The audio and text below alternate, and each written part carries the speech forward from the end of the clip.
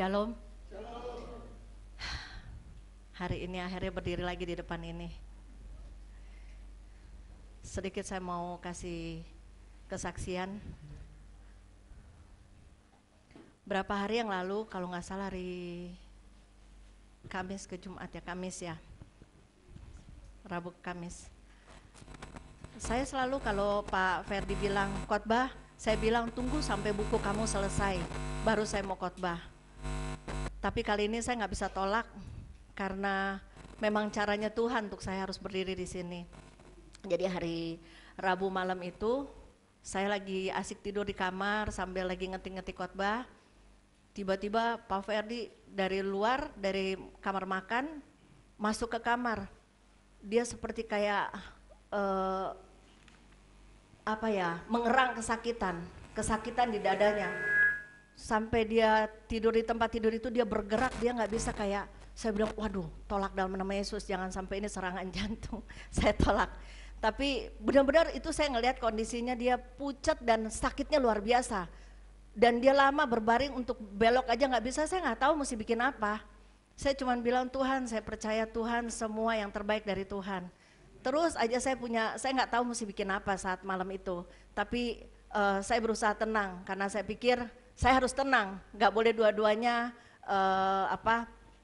bingung ya. Dan waktunya cukup lumayan Pak Ferdi ngerasain sakit itu. Sampai dia bisa tenang, tapi lumayan cukup karena sebentar dia aduh sakit, dan dia pegang terus di sini sakit seperti kayak dirames, dan dia pernah ngalamin itu dan saya pernah ngalamin apa yang dia ngalamin untuk menghadapi itu. Tapi kemudian di hati itu memang agak rasa gimana ya, ada rasa kayak khawatir juga ada, tapi saya harus tenangin diri karena saya pikir apapun tindakannya saya harus bergerak, nggak mungkin saya diam. Badan dia besar, bagaimanapun juga saya masih bisik ke dia, mau ke dokter enggak? Persis kayak Soro yang ngalamin sama suami ya. Saya bilang mau ke dokter enggak? Dia bilang enggak. Akhirnya saya bilang ya udah, saya harus sepakat karena ini berkali-kali dari dulu dia kena jantung, kena paru-paru sobek, semuanya saya ngadepin terus. Sampai waktu itu mamanya pernah bilang begini, Karen, waktu Ferdi pernah kena paru-paru basah, mamanya sampai bilang gini, Karen, bilang dong sama Didi suruh ke dokter. Tapi saya mau sepakat sama dia karena apa? Dia punya iman dan dia punya tugas dari Tuhan. Asal kamu berdoa 1 bulan, aku akan menyembuhkanmu. Saya hargai itu, saya pikir Tuhan saya lebih besar. Banyak orang sakit carinya dokter dulu, bukan Tuhan dulu. Kalau dokter terakhir ujung, kalau udah mau napas terakhir baru ya kita doa ya, cari Tuhan. Tuhannya belakangan, dokternya nomor 1. Ya, jadi kita harus utamakan Tuhan di atas segala-galanya. Dan puji Tuhan dalam 1 bulan ketika dia kena paru-paru gara-gara ngerokok dulu, akhirnya apa? Tuhan jamah dia 1 bulan cuman kasih nama 320 nama, terbalik. Kemudian tiba-tiba hari ke 1 bulan itu dia sembuh, puji Tuhan. Waktu dicek sama dokter paru-parunya, dibilang sama dokter kayak bayi, dan ditanya kamu berobat di mana, modal dia cuman begini, ingat ya kuasa doa. Oke. Dan kemarin itu hari Rabu itu saya ngalamin lagi hal yang sama, tapi saya nggak pernah bisa ambil keputusan kalau saya juga mesti setuju sama suami saya. Karena apa? Saya harus di satu sisi ada kekhawatiran sebagai manusia, tapi di sisi lain saya percaya Tuhan ada bersama dengan kami. Kalau dia punya keputusan, dia bilang tidak, saya berdoa saja. Saya nggak bisa bilang apa-apa. Dan itu kalau itu menjadi, maaf ya, victory dia, saya aminin. Karena itu kemenangan dia harus melewati, dia bersama dengan Tuhan, ya udah. Saya pikir saya ikutin. Kemudian lewat, saya bilang udah deh istirahat aja. Tadinya saya pikir nggak usah ke Iktus lah, hari Kamis kita ada pelayanan. Tapi dia udah siap-siap, hari Kamis itu udah siap. Ardi, Heni dan teman-teman lain, Intan Rizka udah jemput nih sama Yudi. Pas udah jemput, Pak Ferdi sudah ganti. Tapi kemudian di tempat tidur dia, saya bilang, ayo mau berangkat? Dia bilang saya istirahat aja deh di rumah. Benar-benar dia ngalamin lemas. Nah dilema lagi buat saya, apa saya harus tinggal, apa harus pelayanan? Bingung juga, tapi saya punya komitmen di Iktus. Karena ini pelayanan, ada nggak ada orang, Tuhan ada di Iktus. Dan saya harus melayani. Otak saya cuma satu, saya tinggalin nanti kalau dia butuh sesuatu, nggak ada yang tolong. Tapi saya pikir Tuhan lebih besar yang nolong dia. Kan Tuhan bilang, kalau kita mencari Tuhan, kita mendahulukan Tuhan, segala sesuatu akan ditambahkan. Akhirnya singkat cerita ya udah, saya bilang ya udah, saya serahkan Ferdi sama tangan Tuhan, saya berangkat pelayanan. Saya berangkat pelayanan, memang sering komunikasi gimana masih lemas, oke deh makan, ya udah pokoknya saya cuman tanya teman-teman, nggak ada rasa khawatir lagi karena saya pikir bersama Tuhan. Di hari Jumat ke Sabtu ya, Jumat ke Sabtu udah seneng nih, udah ngeliat Ferdi udah sehat. Tiba-tiba kasus lain lagi nyerang dia. Tiba-tiba itu seperti di perut kanannya kayak diremes sampai sakit luar biasa. Tiba-tiba di sebelah saya, aduh sakit banget sampai dia kayak tegang gitu, pucat. Saya bilang, waduh kemarin di dada, sekarang di sini lagi di perut kanan. Bingung saya. Tapi lama-lama saya pikir-pikir dia masih kesakitan itu lumayan ya. Saya bilang, waduh gimana ya, saya mesti bikin. Akhirnya dengan hal yang sama, dia doa, saya doa. Walaupun cuma masing-masing, kita nggak bisa sepakat gitu, pokoknya masing-masing dalam roh. Dan saya percaya semua Tuhan pasti ada di situ bersama kita. Dia doa, saya doa, dia masih kesakitan. Sampai bilang gini, tolak dalam nama Yesus. Ini ya, ini pikiran manusia mulai diintimidasi. Jangan-jangan dia usus buntu nih, gua kasih coklat juga nih, karena dulu Claudia waktu ke usus buntu dikasih coklat langsung ngerang kesakitan, itu untuk nyatain. Tapi saya bilang enggak, saya tolak, karena kita harus perkatakan yang positif, amin. Kita harus berkatakan yang positif. Akhirnya saya bilang enggak, oke deh saya sepakat sama dia, doa lagi. Tapi saya masih sedikit-sedikit nanya sama dia, mau ke dokter enggak? Enggak, dia bilang gitu. Oke, sepakat lagi deh. Ya saya bilang kemarin di sini, kena di sini.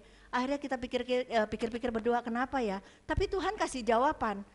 Ternyata Ferdi di rumah dikasih jawaban, saya waktu di IKTU saya dikasih jawaban. Setiap kita mau doa sepakat, serangannya pasti ada. Waktu itu yang dia kena juga sakit, serangan dari situ. Jadi saya cuma mau ingatkan kita semua di sini, ini peperangan loh. Ingat saya kirim nubuatan yang saya suruh baca rame-rame, ya. Ingat ya, roh jahat tidak pernah stop untuk bekerja loh. Ini dia waktu dia uber benar-benar waktu yang udah gak ada lagi istilahnya. Jadi dia mau rebut kita semua sebanyak-banyaknya anak-anak Tuhan. Tapi pertanyaannya, kita getol kayak mereka enggak? Mereka pagi malam dan mereka tidak ada spasi ya. Karena apa? Ini merebut anak-anak Tuhan supaya mereka bisa dapat. Tapi sekarang pertanyaannya kita di sini cuman sekedar ibadah, cuman sekedar datang, tapi betul-betul nggak sih kita tulus mencari Tuhan? Apakah kita datang sini cuman rutinitas? Apakah kita cuman datang sini untuk cuman ya sekedar Tuhan, aku udah datang loh, udah absen ya Tuhan, udah absen nih. Jangan sampai ya, jangan sampai maut itu cuma selangkah dari hidup kita. Ya, jangan sampai berlaku firman Tuhan. Dalam nama Yesus tubuhnya kuserahkan pada iblis, rohnya kuselamatkan. Intinya apa? Daripada kamu tidak bermanfaat di bumi ini, kamu tidak melakukan suatu pekerjaan Tuhan, akhirnya Tuhan bilang, lebih baik aku lempar aja ranjang sakit, ntar dia berseru juga. Mungkin saya pernah bersaksi di sini ya, karena apa? Waktu itu kita pernah pelayanan, satu anak laki, waktu Pak Roy sama Pak Ferdi datang ke sana, mereka mau doain. Tiba-tiba Tuhan bilang, jangan doain, kasih aja firman. Dipikir-pikir kenapa ya kasih aja firman ya? Ternyata firman itu untuk membangkitkan iman dia, dia ranjang orang sakit. Tapi Tuhan tahu kalau dia sehat, dia pasti jatuh dosa lagi. Pasti jatuh dosa lagi. Akhirnya Tuhan bilang kasih firman, di situ dia berseru. Karena apa? Ini anak laki ini pernah dikasih kesempatan sama Tuhan. Dulu dia benar-benar di dalam Tuhan. Ketemu perempuan, masuk seberang. Ketika dia masuk seberang, dia ngalamin sakit, dipulihkan sama Tuhan. Sudah dipulihkan sama Tuhan, nggak tahu terima kasih. Dia pikir masih enak, masih coba-coba. Dia bikin lagi, nyebrang lagi. Titik terakhir dia kena AIDS. Kena AIDS, datanglah. Waduh tolong doain dong, datang ke rumah sakit betul kita. Tapi kali itu Tuhan tidak kasih kesempatan yang lain untuk kita berkata-kata untuk mendoakan. Tapi Tuhan bilang kasih firman aja. Karena firman itu bisa menghidupkan, menghidupannya ada dua kata. Menghidupkannya, dia hidup kekal atau hidup di bumi dan dia diberi kesempatan. Jadi firman itu adalah penentu untuk kita larinya kemana, suka-suka Tuhan, dia yang berbicara. Akhirnya singkat cerita, ya udah, waktu Pak Roy lagi tumpang tangan, Pak Ferdi penasaran, kenapa Tuhan, kenapa nggak boleh didoain? Dia buka Alkitab, dia buka, tahu-tahu ada firman yang bunyi, dalam nama Yesus tubuhnya kuserahkan pada iblis, rohnya kuselamatkan. Serem ya, istilahnya gini, Tuhan bilang, kamu nggak akan efektif kalau kamu hidup, kamu nggak berbuat sesuatu, kamu tidak bermanfaat. Tapi kalau hari ini Tuhan datang, surga masih sepi, halaman aja masih sepi.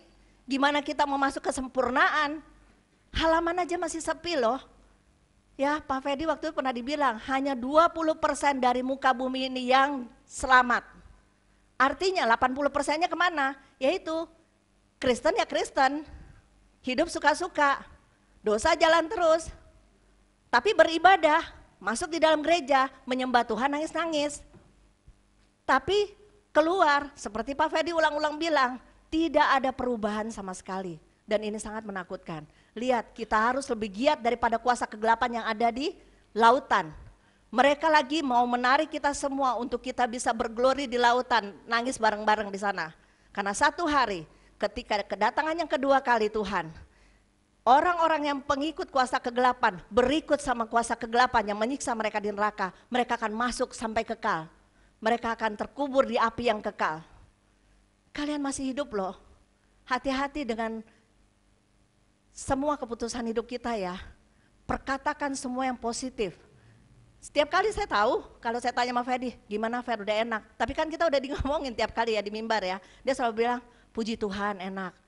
Walaupun saya tahu muka dia masih pucat, tapi kita belajar untuk berkata sesuatu yang positif. Karena apa? Kalau kita lagi mengucapkan sesuatu yang positif, itu kita lagi nabur benih. Benih yang positif. Supaya apa? Supaya bertumbuhnya baik. Ya, kita nggak tahu nih kita keluar dari sini, bisa jadi Tuhan datang, bisa jadi sesuatu hal yang kita tidak mengerti. Tapi jangan sampai sia-siain waktu-waktu yang Tuhan kasih. Ya, jangan main-main beneran. Begitu tadi saya dengar penyembahan tadi, pujian penyembahan tadi, rasanya kepengen gitu lihat kita berkata Tuhan itu kudus, Tuhan itu luar biasa. Benar nggak sih kalau kita bilang mau nangis? Kalau kita bilang dia kudus, benar nggak sih kudus di dalam kita? Hari ini saya mau masuk membahas perbuatan kebenaran menjadi material pembangunan rumah kita di sorga. Tapi kadang-kadang gemes loh, kadang-kadang gemes ya. Saya masih banyak suka memperhatikan di saat ibadah, banyak orang masih tidak mau menghormati hadirat Tuhan.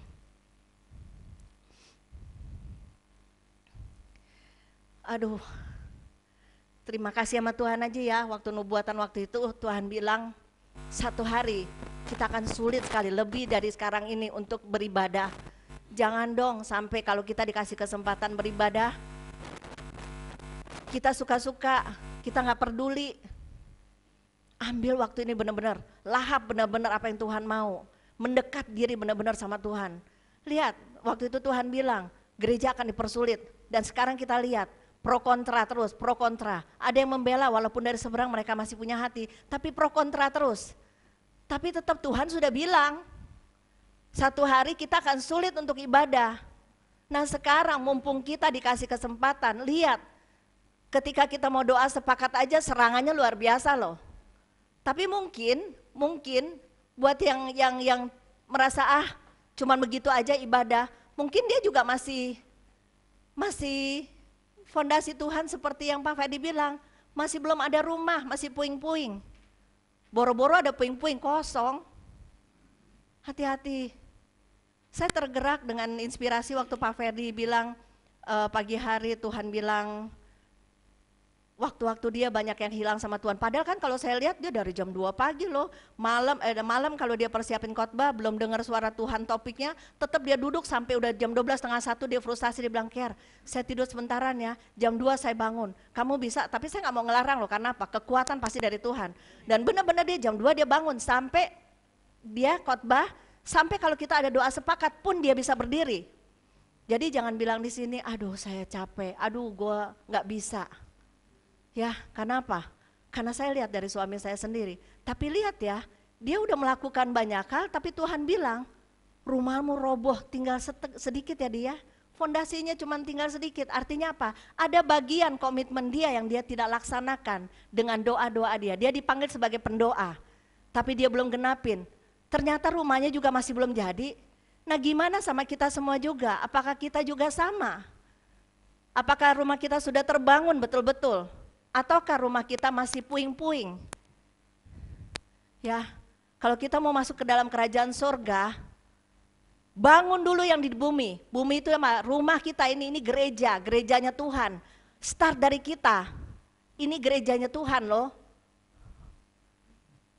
Maaf, sampai saya pernah kemarin lagi buka di TikTok untuk masukin quote-quote-nya Pak Ferdi. Terus saya ketawa, ada satu hamba Tuhan, dia lagi pakai t-shirt di depan, dia lagi mau doa berkat. Nah terus mulailah orang-orang kasih komen, apakah dia layak memberi berkat itu pakai baju yang tidak sopan atau gimana. Tapi puji Tuhan lebih banyak yang positif daripada negatif. Tuhan tidak lihat kita punya pakaian, Tuhan tidak lihat kita punya penampilan, tapi Tuhan lihat hati kita. Jangan kita koreksi apa yang kita kecuali ya. Tadi saya bicara sama Lia, kecuali maaf ya di depan mimbar pakai tank top, pas ngangkat udelnya keluar, tangan sini potong ya macem-macem lah ya, celana sobek-sobek. Kita menghormati tetap.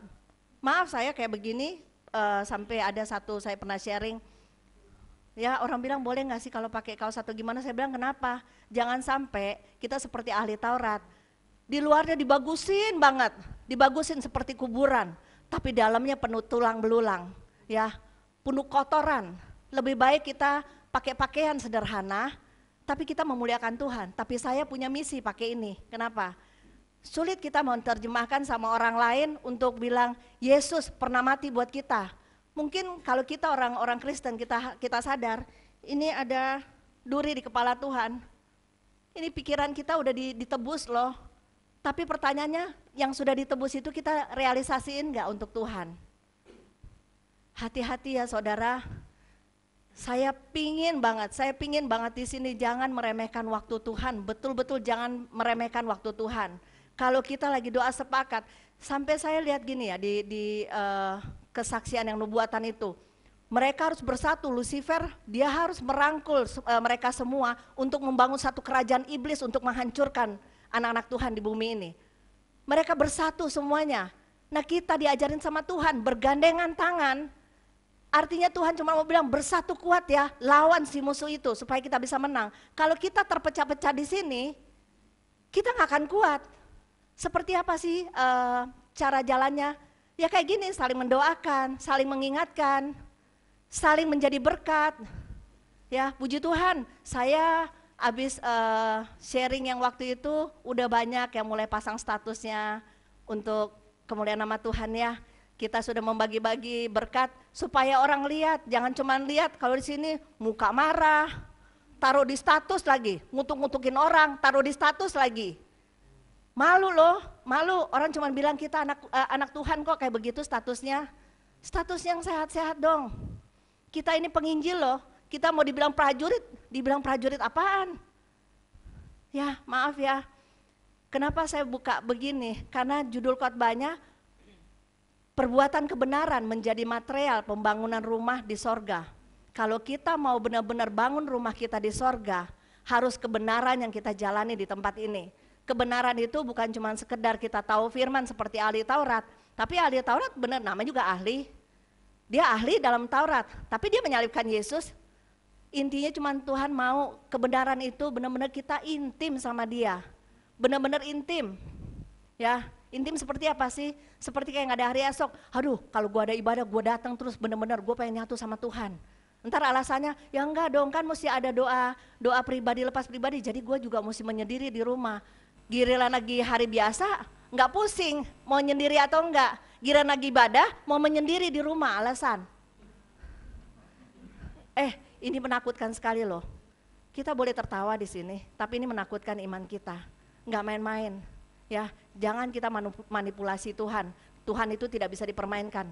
Tuhan itu baiknya luar biasa, tapi Dia juga punya kuasa yang luar biasa. Ya, kalau nggak mungkin ada kesaksian banyak orang pengikut Kristus masuk dalam neraka. Nggak mungkin. Kenapa? Karena dia tidak mendengarkan firman Tuhan. Dia meremehkan Tuhan. Oke. Untuk membangun rumah kita di sorga, kita harus membangun rumah Tuhan dalam diri kita terlebih dahulu. Jadi kalau kita mau masuk surga, mustahil kalau kita tidak membangun itu di dalam diri kita. Nah, takarannya di dalam hidup kita, seberapa besar kita kasih rumah itu bisa bertumbuh di dalam kita, itulah yang menjadi takaran.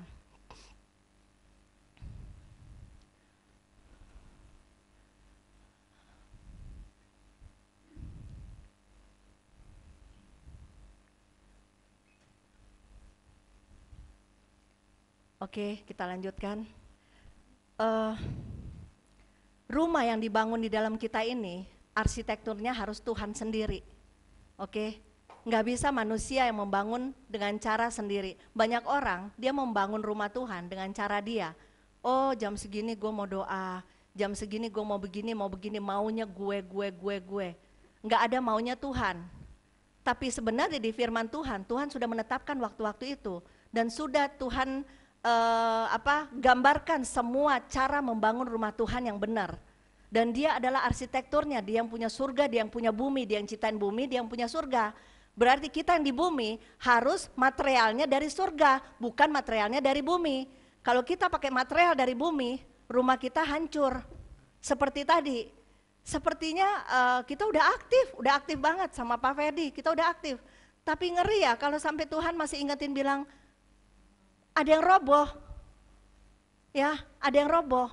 Padahal kita lihat kayaknya kita udah naik tanjak tinggi benar. Saya sangat terdorong sekali waktu Pak Fedi kasih kesaksian itu. Karena apa? Berarti waduh kita masih belum ada apa-apanya ya, masih berbentuk fondasi mungkin belum. Oke, arsitekturnya Tuhan. Yang merancang hidup kita adalah Tuhan. Jadi jangan pernah kita merancang hidup kita sendiri. Kita maunya kita, mau pelayanan, mau begini begitu. Nah banyak orang juga kalau kita sharing di lapangan, mereka tidak tahu panggilan.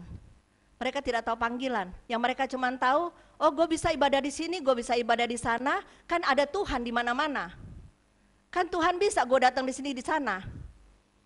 Ya sama aja kalau kita ke kantor, kita nggak ada komitmen, kita datang ke kantor kanan, ke kantor kita, ke kantor mana-mana, kita bisa. Tapi pertanyaannya ada ikat perjanjian nggak? Supaya kita juga bisa tekan kontrak, ada gaji.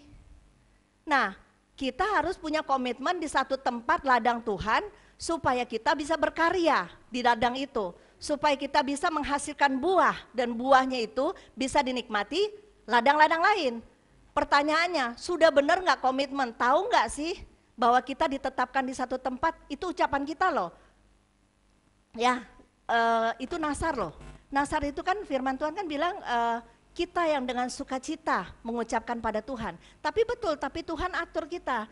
Semasa kita minta lebih lagi untuk masuk dalam hadirat Tuhan, Tuhan akan semakin bawa kita hanyut tenggelam di dalam hadiratnya. Semakin kita mengerti apa yang Tuhan mau, dan kita benar, kita lewat prosesnya dari mungkin ibadah yang terbatas, tapi banyak juga kita ngalamin Tuhan di sana. Tapi semakin kita ingin tahu, Tuhan akan bawa kita semakin hari semakin diperluas karya Roh Kudusnya.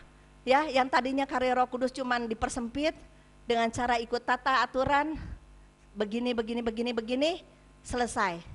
Tapi karena Tuhan melihat kita bilang, Tuhan lebih lagi, aku mau lebih lagi tahu tentang Engkau Tuhan. Aku mau lebih lagi. Tuhan bawa, ayo kalau gitu, ikut sama aku. Dia bawa kita semakin hari, semakin dia bisa bekerja luas di dalam kita. Dia berkarya sebebas-bebasnya. Tapi banyak orang, mereka mematoki, mereka karya Roh Kudus itu di dalam hidup mereka, sehingga apa? Tidak bisa bertumbuh. Ya, Tuhan mau berkarya sebebas-bebasnya di dalam kita. Oke, nah untuk itu saya tertantang sekali, walaupun saya nggak ngerti nih larinya kemana. Sampai kemarin tanya Ferdi, saya bikin satu khotbah udah jadi. Ternyata di hari Jumatnya berubah lagi, saya bikin satu lagi. Ternyata Sabtunya saya bingung, saya gabungin.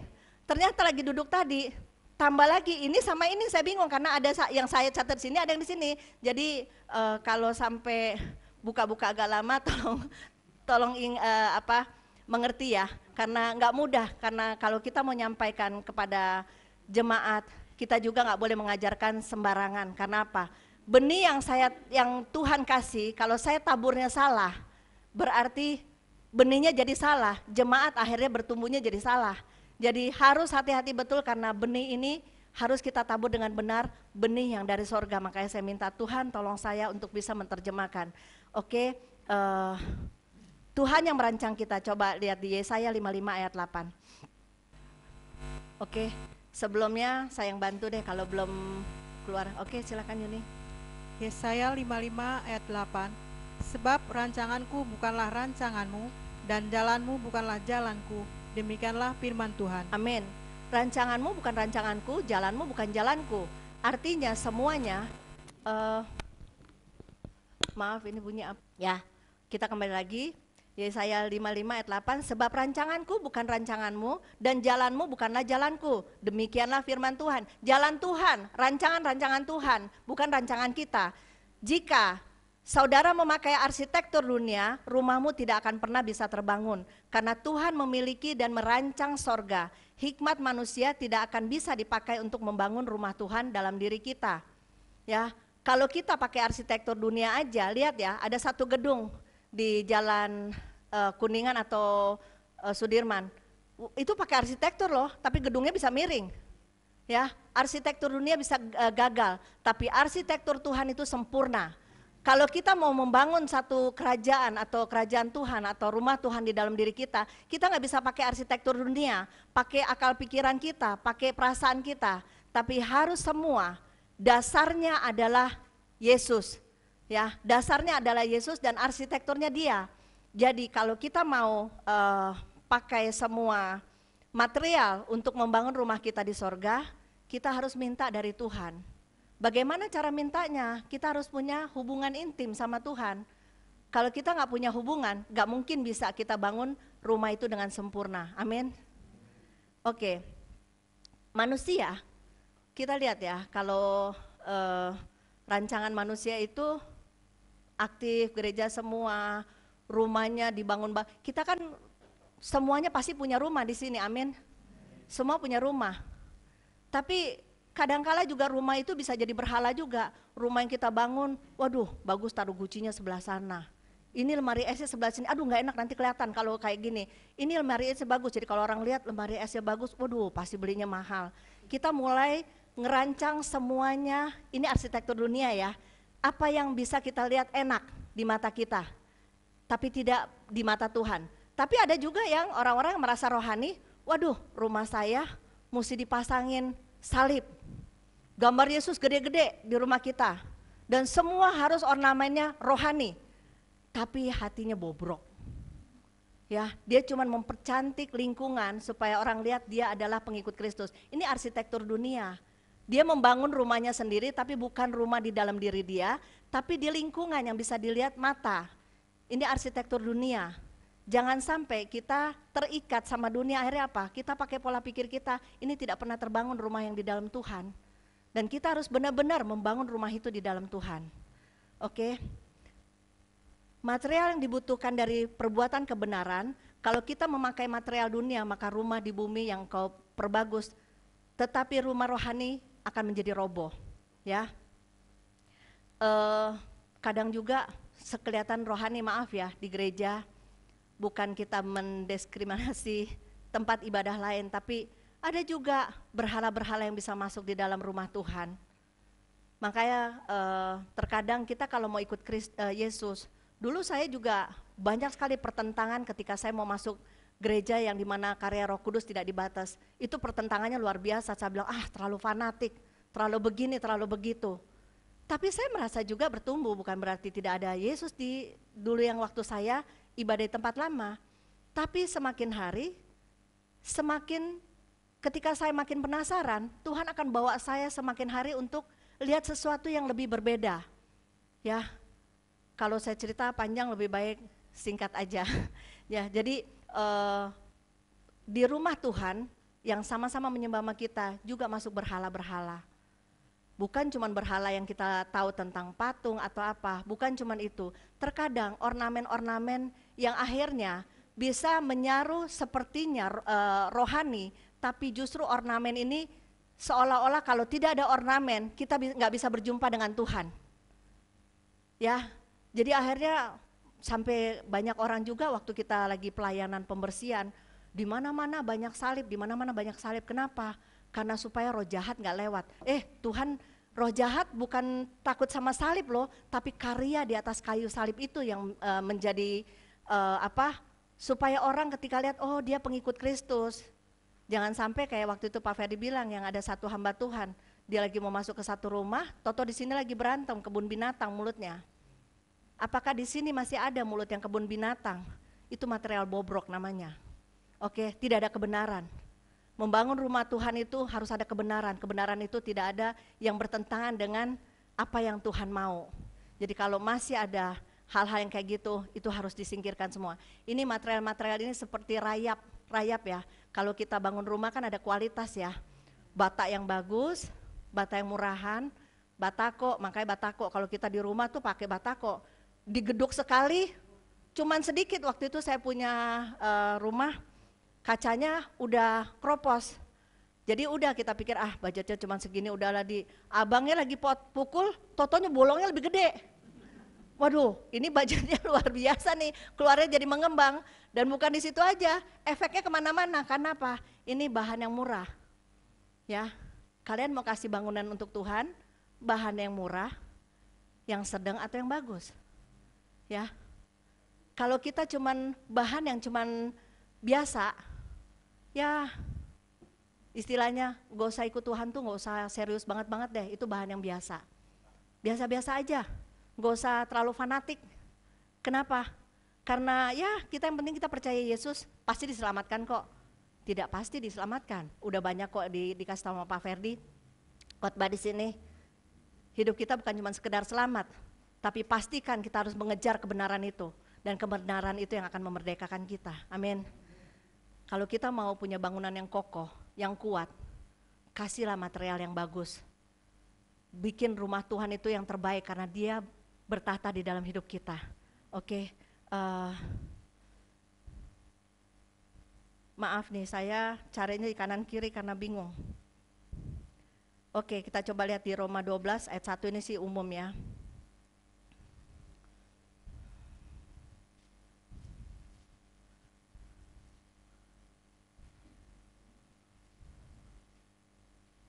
Roma 12 ayat 1. Ini semua pasti tahu ayat ini ya, udah tiap hari didengar, tapi mendalami enggak sih ayat ini? Silakan dibaca. Roma 12 ayat 1. Karena itu saudara-saudara, demi kemurahan Allah aku menasihatkan kamu, supaya kamu mempersembahkan tubuhmu sebagai persembahan yang hidup, yang kudus, dan yang berkenan kepada Allah. Itu adalah ibadahmu yang sejati. Pertanyaannya, kalau ibadah yang sejati, betul-betul nggak kita udah mempersembahkan hidup kita sepenuhnya bagi Tuhan? Kalau sepenuhnya, apa yang Tuhan minta, genapin. Apa yang Tuhan rindukan, genapin. Apa yang menjadi komitmen, genapin.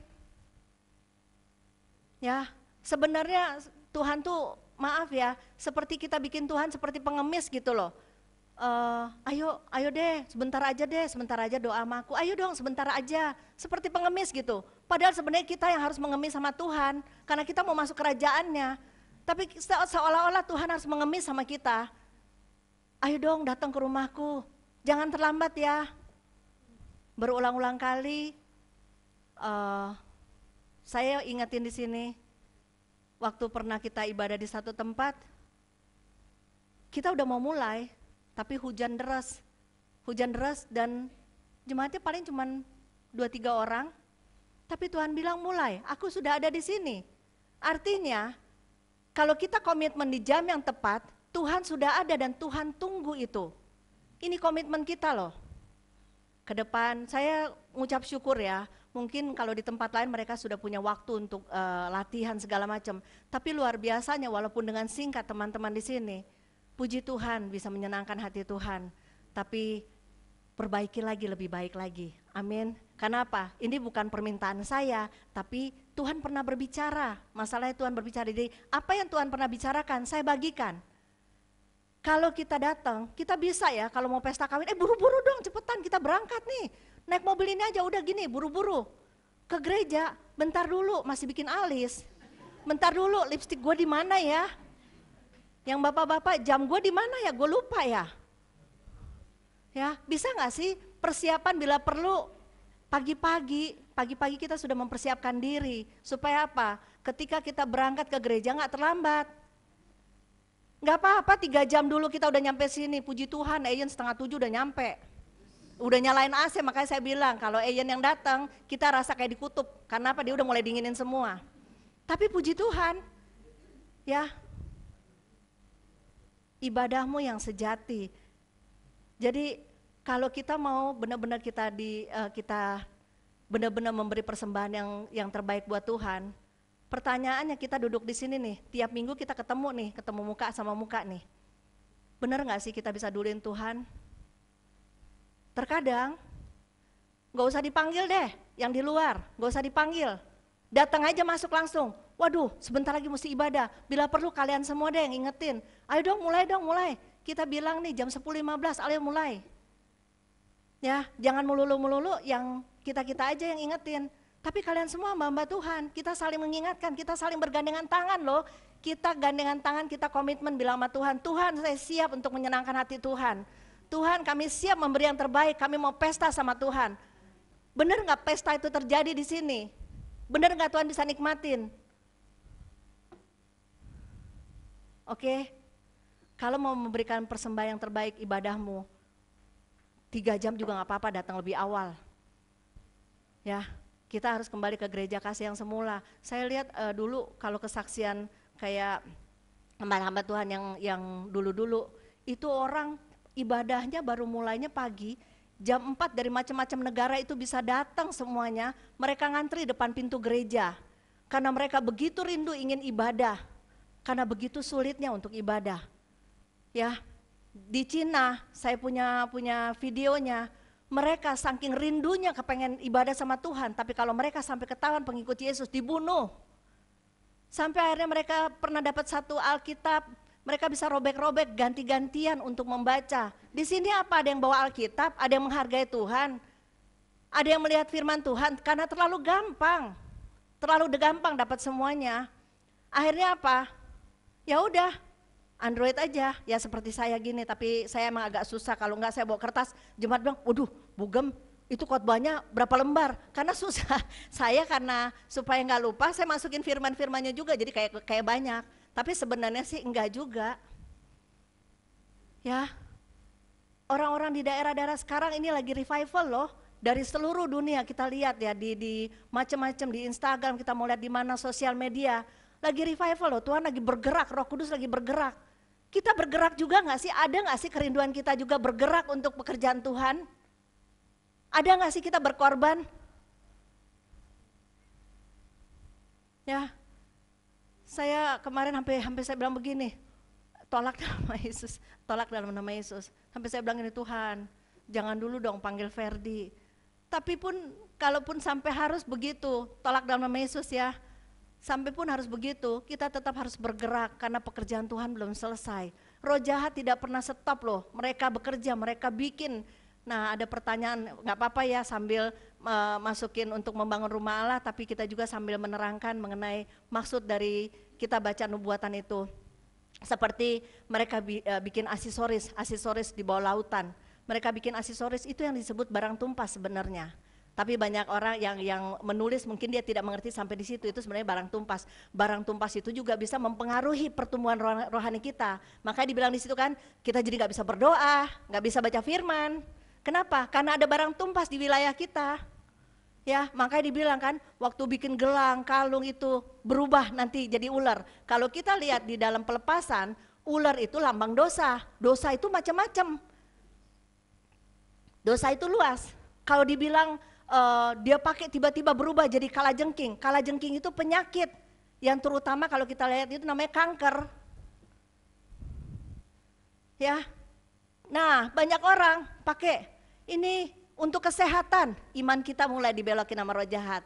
Bukan Tuhan kesehatan kita, gelang yang nyembuhin gue, kalung yang nyembuhin gue, cincin yang nyembuhin gue. Bukan berarti enggak, ada juga alat-alat medis kita pakai untuk kemuliaan Tuhan. Tapi produk dari kuasa kegelapan itu biasanya membuat kita jadi mati rohani kita. Akhirnya kita mengandalkan, waduh kalau gue gak ada ini alat ini gue gak bisa, gue nanti bisa mati nih. Waduh darah tinggi gue bisa tinggi banget nih kalau gak pakai alat ini. Akhirnya apa? Kita terfokus sama alat-alat bukan sama Tuhan.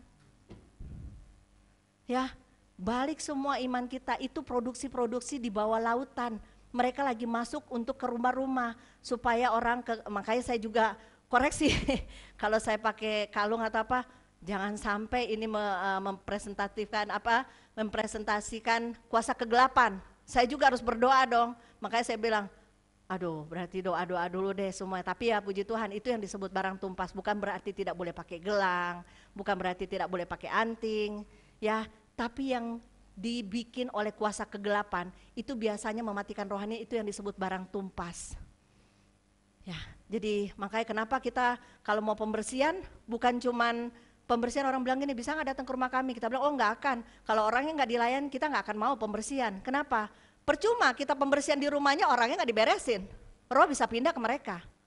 Makanya kita bilang syarat pembersihan satu keluarga diberesin, terutama orang tua diberesin, anak-anak diberesin semua, baru kita masuk wilayah. Supaya apa? Supaya terjadi bangunan mesbah doa di sana.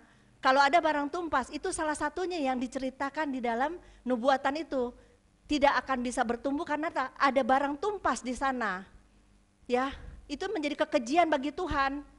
Terkadang orang dengan gaya kita pakai baju untuk banyak orang bisa mengenal tentang Yesus. Taruhlah kita nggak bisa berkata-kata, kita bisa pakai kayak gini. Tapi ada orang yang berani pakai barong, pakai tengkorak. Mereka pikir itu keren. Padahal itu roh maut. Ya, pakai tengkorak itu roh orang mati. Dia mau mematikan rohani kita. Itu bikinnya di dasar laut. Itu yang diproduksi sama mereka. Nah, kita pakai di sini. Ya, banyak orang tidak mengerti tentang barang tumpas, makanya kita bilang ini salah satu kalau kita membangun rumah Allah di dalam kita. Satu, kita harus punya dasarnya Tuhan Yesus sendiri. Coba, tunggu ya, waduh pakai keluar lagi.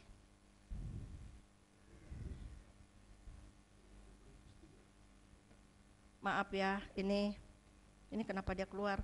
Kata Pak Ferdi, Karen, kamu nekat ya mau pakai ini tab, karena apa?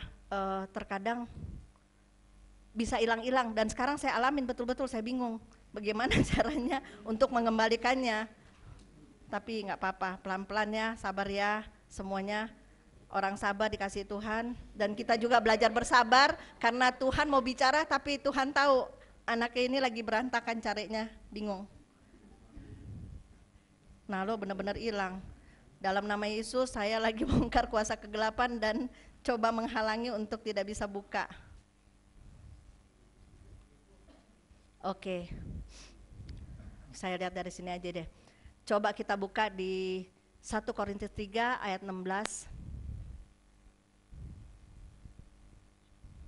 1 Korintus 3 ayat 16. Tidak tahukah kamu bahwa kamu adalah bait Allah dan bahwa roh Allah diam di dalam kamu? Ya, Tuhan ada di dalam kita. Terus ayat 17. 1 Korintus 3 ayat 17. Jika ada orang yang membinasakan bait Allah, maka Allah akan membinasakan dia. Sebab bait Allah adalah kudus dan bait Allah itu ialah kamu. Amin. Ini amin hilang lagi yang di sini. Oke, sebentar.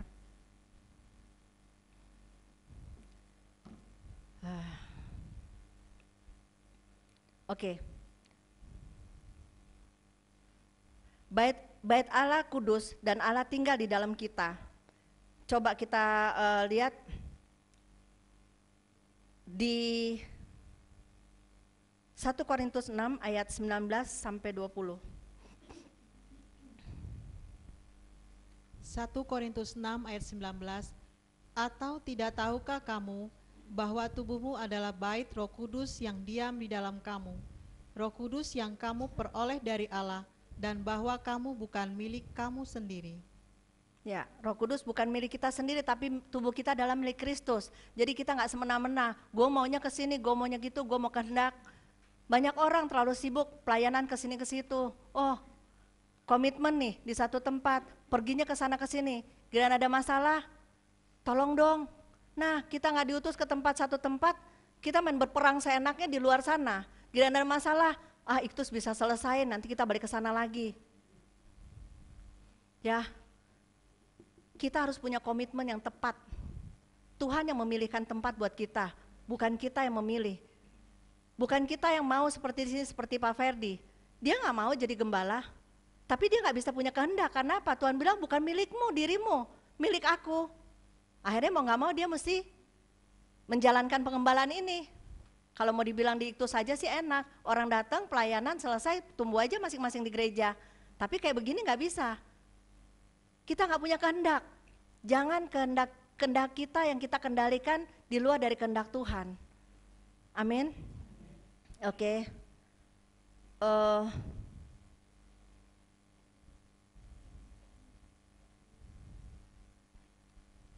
Coba kita lihat di Hagai 1.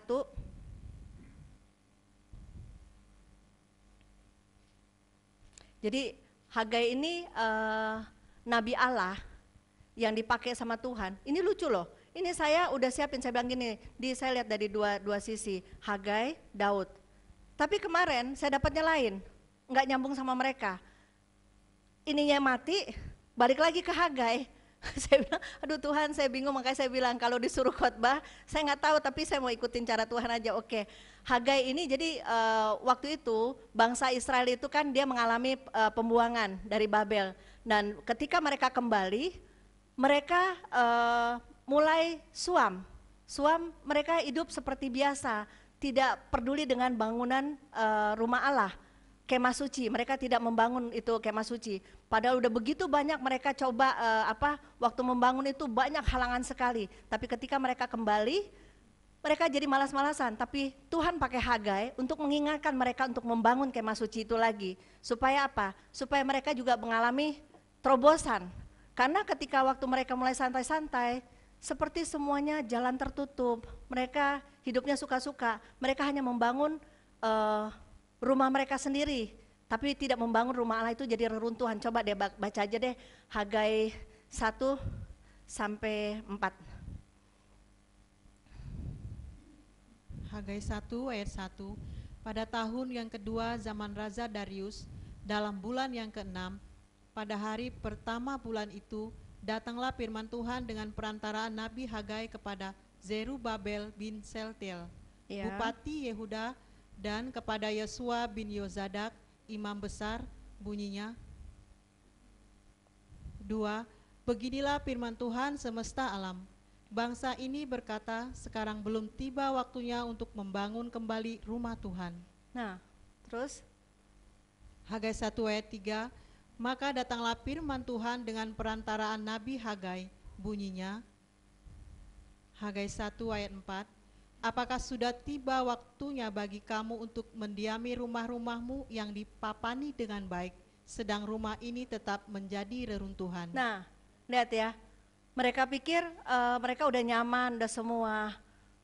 Tapi lihat di sini, Tuhan bilang, apa kamu sudah benar-benar layak tinggal di rumahmu? Ya, intinya cuma satu, mereka pikir mereka mati pasti nyaman, rumahnya sudah jadi. Tapi ternyata di sini rumahnya masih reruntuhan. Dan Tuhan mengutus Hagai untuk memperingatkan mereka bahwa mereka harus membangun rumah Tuhan atau membangun kemah suci. Supaya apa? Terjadi pertumbuhan rohani. Ya, tapi di sini mereka hanya membangun rumah duniawi, dunia daging. Akhirnya apa? Mereka hidup dengan santai, mereka menikmati berkat-berkat yang secara dunia, mereka terikat dengan dunia, mereka tidak bertobat, mereka lakukan dosa. Sehingga apa? Tuhan cuma ingetin, sebenarnya rumah mereka ini sudah runtuh, tapi Tuhan membangun kemah suci supaya apa? Supaya terjadi pemulihan rohani di dalam situ. Karena demikian sibuk dengan kepentingan sendiri, orang-orang Israel ini kembali untuk mengabaikan pembangunan rumah Allah. Rumah mereka sedikit dipapani dengan kayu aras, sedangkan bait suci tetap menjadi reruntuhan. Mereka hanya membangun kepentingan mereka sendiri. Mereka tidak peduli dengan pelayanan, mereka tidak peduli dengan tanggung jawab mereka yang harusnya mereka dipanggil untuk membangun kemah suci Tuhan. Tapi mereka mulai bersantai di situ. Demikian pula kita. Ya, kerajaan Allah dan kepentingannya yang benar harusnya didahulukan dan dijadikan prioritas utama dalam hidup kita. Harusnya kerajaan Allah itu yang menjadi prioritas dalam hidup kita. Tapi apakah benar kita sudah memprioritaskan kerajaan Allah itu dalam hidup kita? Ya, masing-masing bisa menjawab atas diri kita sendiri. Betul gak sih? Tuhan sudah menjadi prioritas, Tuhan menjadi center dalam hidup kita, Tuhan menjadi pusat kebutuhan kita. Apakah betul Tuhan menjadi pusat dalam kebutuhan kita? Kalau belum, pasti pasti apa yang berkaitan sama Tuhan kita anggap remeh. Ya udahlah, udah begini aja. Ya, selama Tuhan bukan menjadi pusat dalam kehidupan kita, duniawi kita pasti masih kuat, duniawi kita pasti masih kental. Emosi jalan terus, marah masih jalan terus, ngomong kotor masih jalan terus. Ya. Oke, coba lihat di Matius 6 ayat 33.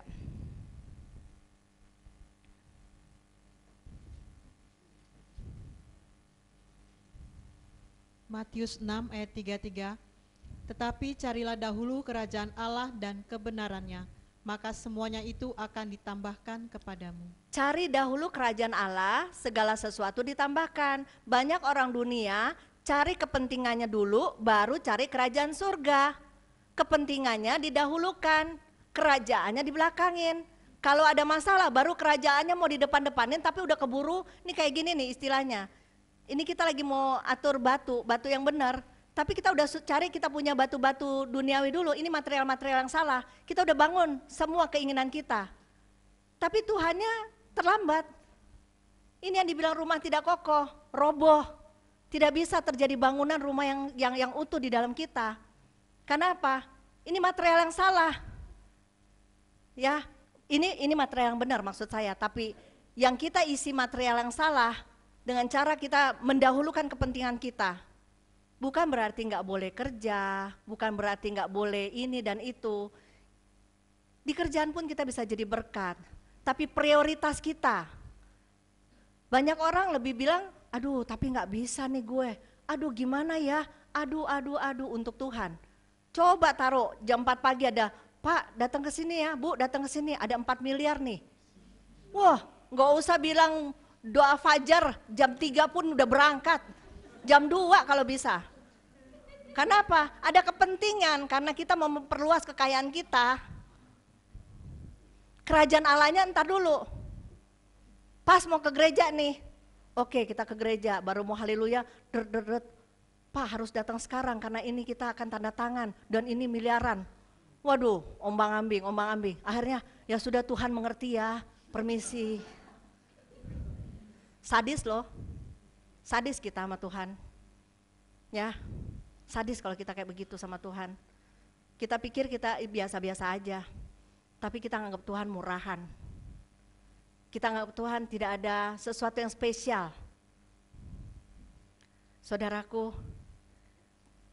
banyak orang mengejar sesuatu yang ditambahkannya, bukan kerajaannya. Oke. Aduh, saya sampai terkadang saya bilang gini, Tuhan, terima kasih kalau kita masih boleh ibadah sampai hari ini. Terima kasih banget Tuhan kalau kita masih bisa ibadah hari ini. Karena hari ke depan kita nggak tahu.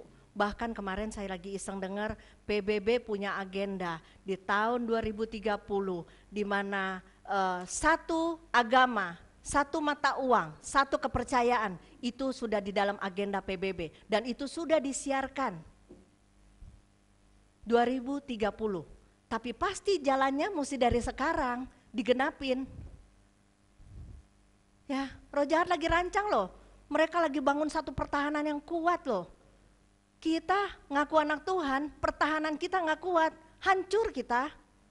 Kita mau ngadepin zaman, akhir zaman ini, dengan apa adanya kita, tidak mungkin kita bisa menang, tidak mungkin. Kita harus memperkuat pertahanan kita dengan kebenaran di dalam firman Tuhan. Lakukan firman Tuhan, itu bangunan yang seutuhnya yang Tuhan mau. Gak mungkin kita bisa menyatu dengan salibnya, kalau kita gak mungkin bangun itu materialnya dengan benar. Tiap hari ya pertanyakan diri kita, benar gak sih materialnya itu yang kita bangun, yang kita kasih?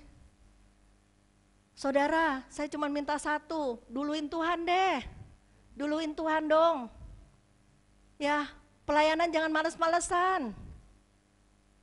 Saya jujur ya, tadi saya bilang sama Pak Ferdi, kemarin itu tadi malam Pak Ferdi lagi janjian, ntar besok kerokin gue ya, udah kelewatan karena saya takut dia masih kurang gimana gitu. Udah mau waktunya nih, kagak juga dikerokin. Sampai udah malam, udah capek, saya pikir aduh udah gak enak nih badan. Masih gak enak jujur badannya. Tapi saya pikir udahlah tidur aja dah, kasihan dia mesti ngerokin. Pagi-pagi masih rasa jujur, tapi kita tetap perkatakan yang sama, saya sudah sehat, saya sudah kuat. Ya, sebenarnya di dalam Tuhan, Tuhan tidak akan mencelakai kita, sakit justru sembuh, orang terikat dibebaskan, orang terbelenggu semua dibebaskan sama Tuhan. Jadi jangan pernah takut datang sama Tuhan, Tuhan akan memperlakukan sesuatu yang luar biasa kalau kita mencari Dia. Ya, saudara, gemas rasanya kepengen kita terus satu, kita kuat, jangan lemah ya. Aduh kalau kalian lihat itu berita kayak tadi malam lagi iseng lihat di TV, waduh anak mahasiswa dipotong-potong gara-gara udah kecelakaan duluan, bagaimana ini, main seenaknya aja, pas dilihat jenazahnya waduh orang Kristen masuk petinya cuma segini karena apa, udah dipotong-potong, berdarah dingin gak? Tuhan pernah ingetin dunia semakin jahat, bukan semakin baik. Kita masih bermain-main terus sama kita punya rohani, terus kita masih main-main. Tapi dunia semakin jahat loh, dan roh jahat semakin jahat. Makanya saya masih sempat pertanyakan, Tuhan, itu yang saya baca di kesaksian itu, ada penyusup-penyusup dari kuasa kegelapan. Jadi orang ini memang cikal bakal yang tidak bisa dirubah. Tuhan udah kasih apapun juga, dia gak bisa berubah. Karena apa? Dia tidak mau berubah. Nah dipakai sama roh jahat untuk menyusup masuk ke dalam gereja. Nah dia mulai, yuk kesini yuk kita begini yuk gini yuk. Ini banyak nih, itu dari bawah dautan loh. Dia rasuk orang itu untuk bisa menggenapi dia punya rencana di dalam gereja-gereja Tuhan. Makanya kita bilang, hati-hati juga dalam pergaulan. Pergaulan itu juga menentukan loh, hati-hati. Tidak mungkin kita bisa bangun rumah Allah yang benar di dalam rumah kita kalau banyak rayap yang masuk ke dalam rumah itu yang mengisi. Keluarin itu semua. Oke.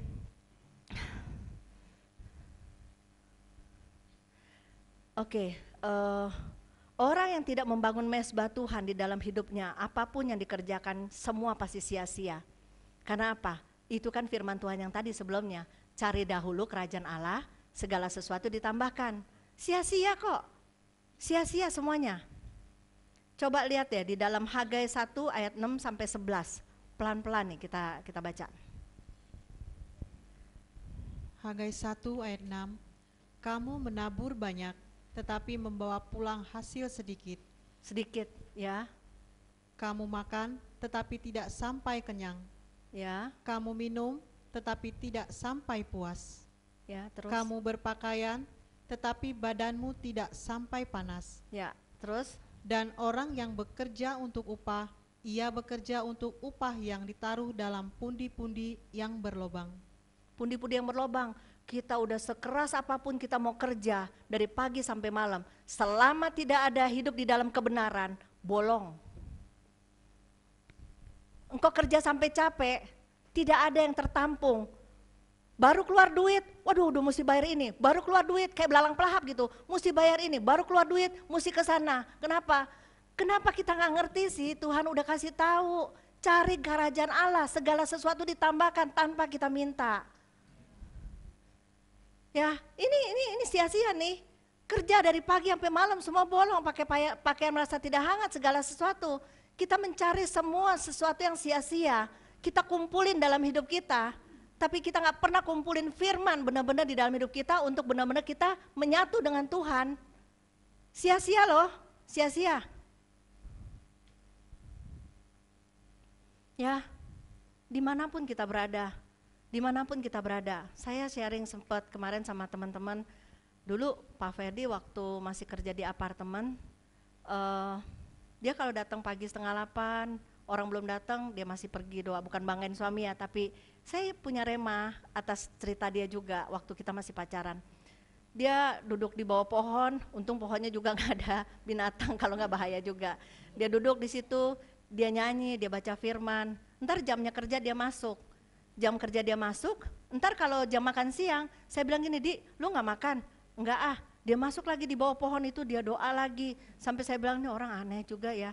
Ya maklum lah, dulu kan masih pacaran, jadi saya pikir bisalah makan, ada jam makan segala macam. Tapi enggak, dia ambil waktu di situ. Tapi banyak terjadi terobosan. Satu, bosnya dia bukan orang percaya.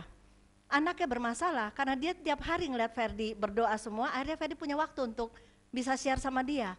Akhirnya diinjilin, datang ke Iktus, pemulihan terjadi, satu keluarga terima Yesus sampai hari ini. Ya. Kedua, tanpa dia harus nyari, akhirnya orang kan kalau jual apartemen susah juga ya. Oh, waktu itu kemarin kita sharing sama Santi ya. Ya. Agak-agak susah ya, karena di zaman itu tuh apa ya? Ya, ada kerusuhan Mei. Jadi juga sulit ya untuk mau penjualan itu. Karena apa? Dihancur-hancurin di lingkungannya segala macam, orang jadi takut. Tapi lihat ya, justru dia lagi duduk berdoa, dia bisa lakuin 4 apartemen loh. 5 malah tuh tangannya, 5.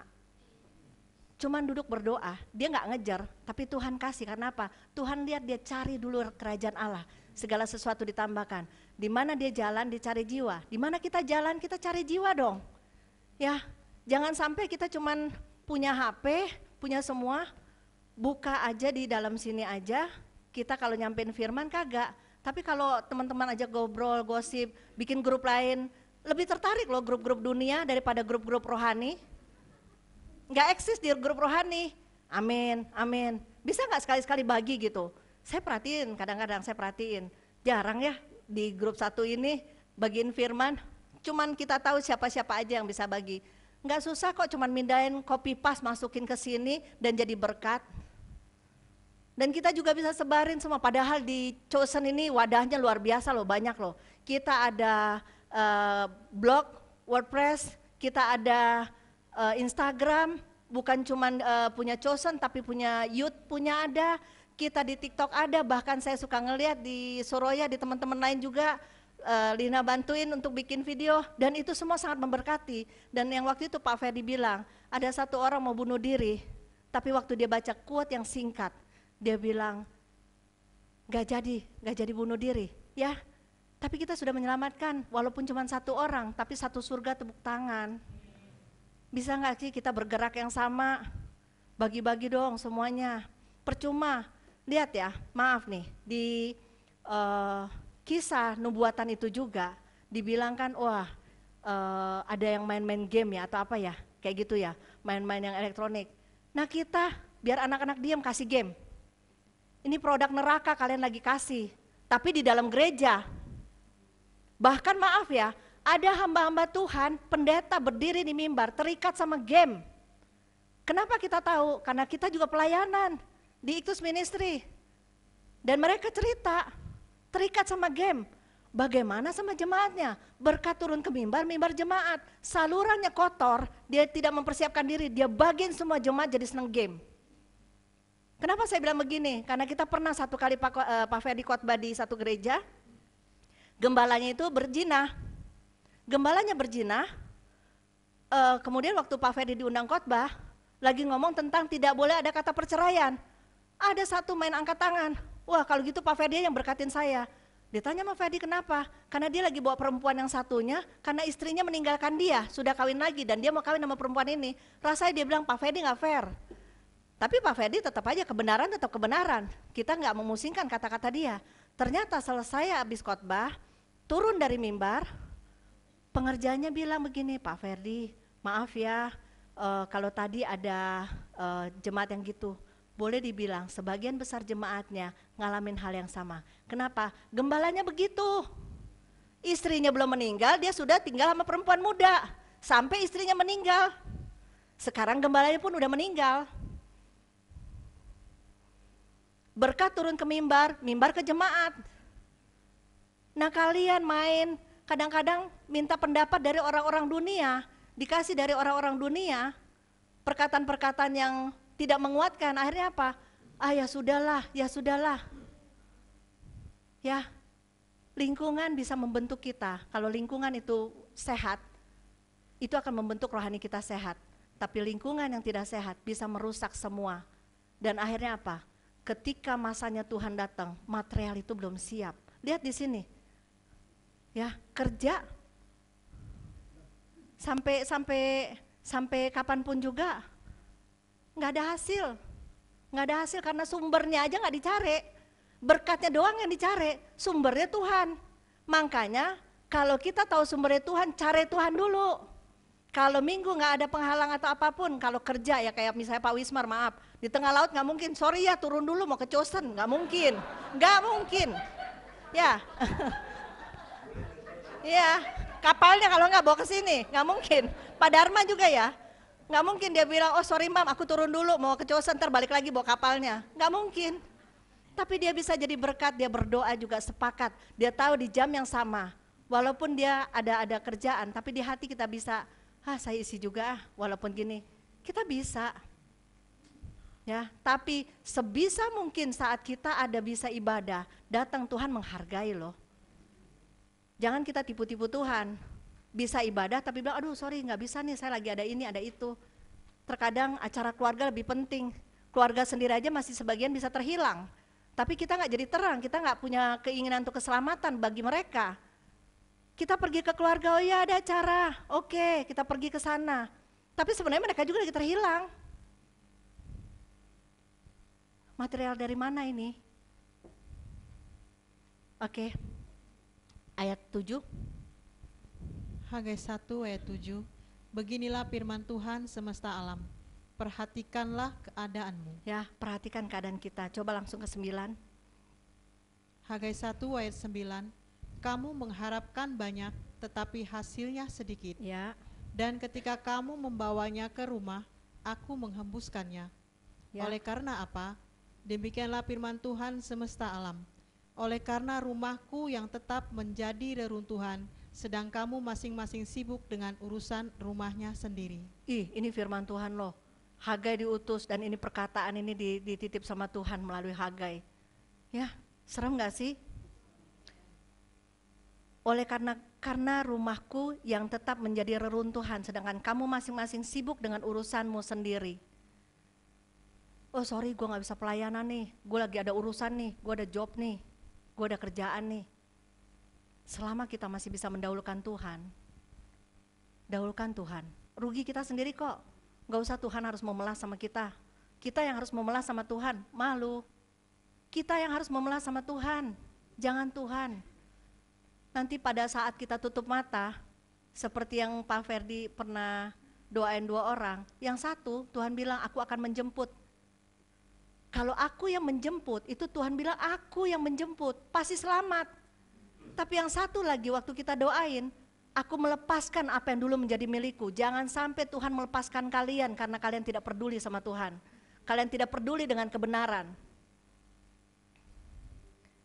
Ya, lakukan kebenaran itu menjadi perbuatan dalam hidup kita. Supaya material-material itu jadi sehat untuk membangun rumah Tuhan di dalam hidup kita. Materialnya apa aja sih? Di kemah suci ini material yang sempurna loh. 1, kita masuk ke mesbah, korban bakaran, kita mengakui kesalahan kita beresin sama Tuhan. Betul-betul kita beresin sama Tuhan. Kemudian kita masuk ke kolam basuhan. Kolam basuhan itu bisa juga diartikan baptisan. Masuk dalam pertobatan, menguburkan segala dosa yang lama. Ketika kita diangkat, kita menjadi tubuh yang baru. Ya, sangkal diri, pikul salib, ikut Tuhan. Pikul salib itu siap dikendalikan sama Tuhan. Ya, baru kita di sini material yang benar. Firman harus kuat. Firman harus kuat, ini kandil. Kandil itu bicara firman Tuhan atau manorah. Firman harus kuat di dalam kita. Supaya rumah kita utuh nih, terbangun, dasarnya bagus. Dasarnya udah Kristus. Dasarnya udah Kristus. Tapi kalau kita salah bangunnya juga tetap bisa roboh. Oke, tetap bisa roboh. Terus kita juga harus ada meja roti sajian. Kita harus punya pengorbanan. Di situ darah Yesus ada pengorbanan. Punya nggak kita waktu-waktu pengorbanan bagi Tuhan? Waktu-waktu kita untuk Tuhan. Bangun pagi sebelum orang bangun, kita udah bangun. Makanya ada di salah satu firman, saya lupa, roti mana turun pada embun pagi. Embun pagi itu yang paling banyak itu ketika jam 2:30, di mana saat orang lagi terlelap. Tuhan lagi tunggu kita untuk berperang. Ya, bangun hubungan itu sama Tuhan. Tuhan lagi menantikan kita untuk kita masuk dalam pujian penyembahan. Kita bangun mesbah doa sama Tuhan. Ini pertahanan yang paling kuat loh. Ini siap perisai kalau kita lagi masuk dalam kegiatan, pasang dulu ini. Sebelum kita keluar rumah, pasang ini dulu pagi hari. Sebelum embun pagi, embun yang paling banyak ya, di waktu jam 2:30 itu paling berat loh mau bangun. Karena apa? Itu jam-jam dimana kita benar-benar lagi saat terlelap. Tapi di situ Tuhan menanti kita untuk berdoa. Ada mesbah ukupan, ada pujian penyembahan. Ada nggak pujian penyembahan kalian? Bukan cuma kita menyembah Tuhan, tapi pujian penyembahan adalah gaya hidup kita. Gaya hidup kita yang benar-benar menentukan. Orang bisa ngeliat kita ada Kristus tidak, atau rumah kita kokoh tidak benar-benar, dan dia bisa merasakan kasih Tuhan di dalam hidup kita. Harus ada pujian penyembahan di dalam hidup kita, gaya hidup kita. Kita memberikan yang terbaik buat Tuhan. Lihat ya, yang saya pernah kasih kesaksian, saya sakit jam setengah 2. Saya sakit setengah 2, ini kayak kompor, naik ke dada, naik ke leher. Sampai saya pikir saya mau mati hari itu. Saya nggak bilang sama Pak Ferdi, saya pindah ke kamar sebelah. Saya bilang begini, pengen deh nyoba di mana saat gue mau mati, tapi gue pengen kasih yang terbaik buat Tuhan. Itu lagi negosiasi yang aneh sebenarnya buat saya. Karena saya pikir, toh juga mati nggak mati suatu hari Tuhan panggil juga, nggak tahu caranya gimana, tapi mau kasih yang terbaik. Itu lagi kelayangan, benar-benar saya di kamar itu saya lagi kelayangan. Tapi saya pertama kali saya punya lagu Peganglah Tanganku Roh Kudus. Saya nyanyi itu terus, peganglah tanganku Roh Kudus. Saya nyanyi itu terus, rasanya saya nggak kuat.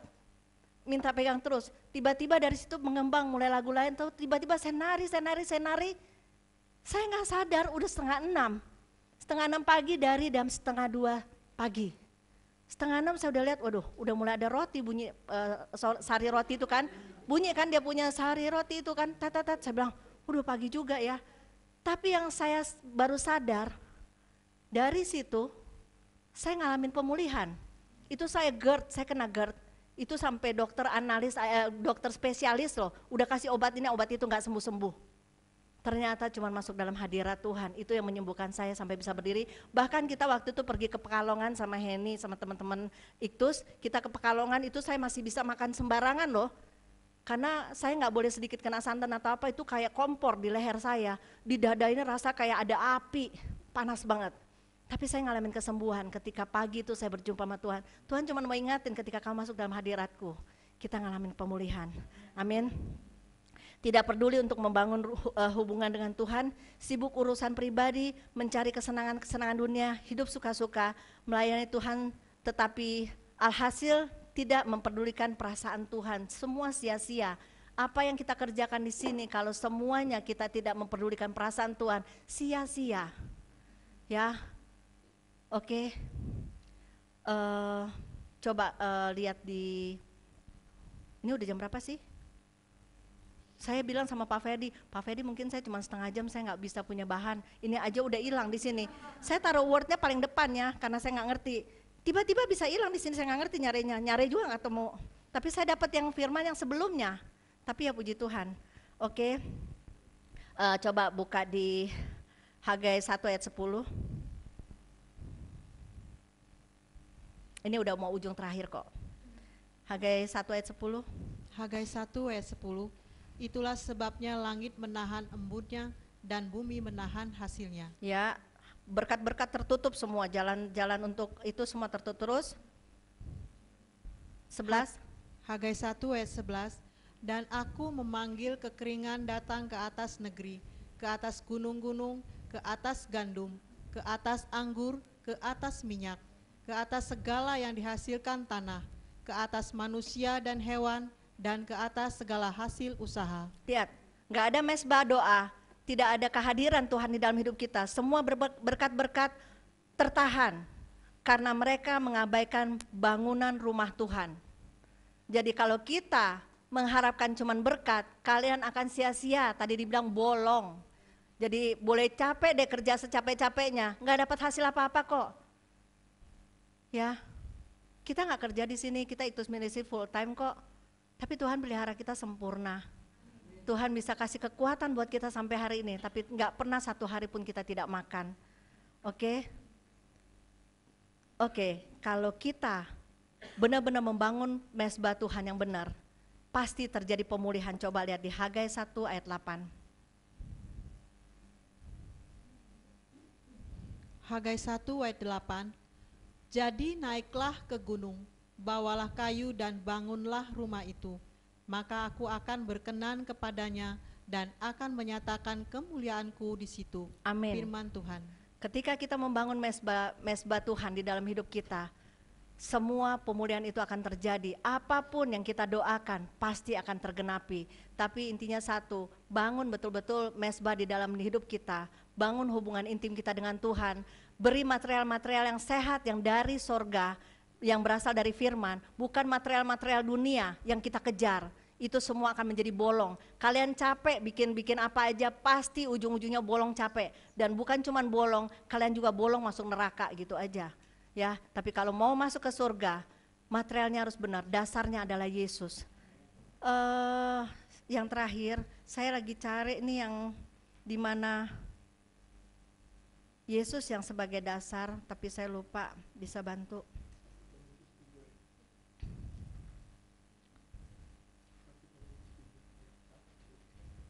Bukan. Oke.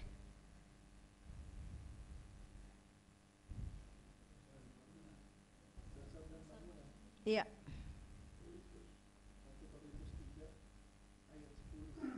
Coba deh 1 Korintus 3 ayat 10. 1 Korintus 3 ayat 10. Sesuai dengan kasih karunia Allah yang dianugerahkan kepadaku. Iya. Aku sebagai seorang ahli bangunan yang cakap telah meletakkan dasar dan orang lain membangun terus di atasnya. Stop, orang lain membangun di atasnya. Dasarnya Paulus sudah memberitakan Injil firman Tuhan, ya. Dia udah memberi modal buat kita. Dasarnya adalah Kristus, ya, di situ. Terus lanjutin. Tetapi tiap-tiap orang harus memperhatikan bagaimana ia harus membangun di atasnya. Nah, modal yang kita dapat dari kebenaran firman itu jangan disalah artikan atau disalah terjemahkan. Masuknya bisa penyesatan. Jadi harus benar-benar kita punya hikmat yang dari Tuhan. Ya, terjemahkan firman itu dengan benar supaya tidak menyesatkan banyak orang. Terus, oh udah, oke. Oke, tiap-tiap orang harus memperhatikan bagaimana ia harus membangun di atasnya. Jadi kita sudah dikasih modal sama Tuhan, firman Tuhan setiap hari yang kita dengar. Tapi jangan sampai kita salah mengartikan firman itu sehingga apa? Bangunan yang harusnya kokoh bisa jadi roboh. Ya, bangunan yang kokoh dasarnya di mana firman Tuhan. Tapi kalau bangunan yang cuman sekedar, itu orang yang cuman sekedar ikut Tuhan tapi tidak punya prestasi apa-apa di dalam Tuhan. Apalagi rumah yang belum sampai jadi sama sekali udah pasti masuk neraka. Ya. Jadi hati-hati, yang rumah sudah terbangun aja bisa roboh, apalagi yang gak bangun sama sekali, pasti masuk neraka. Amin, Tuhan berkati.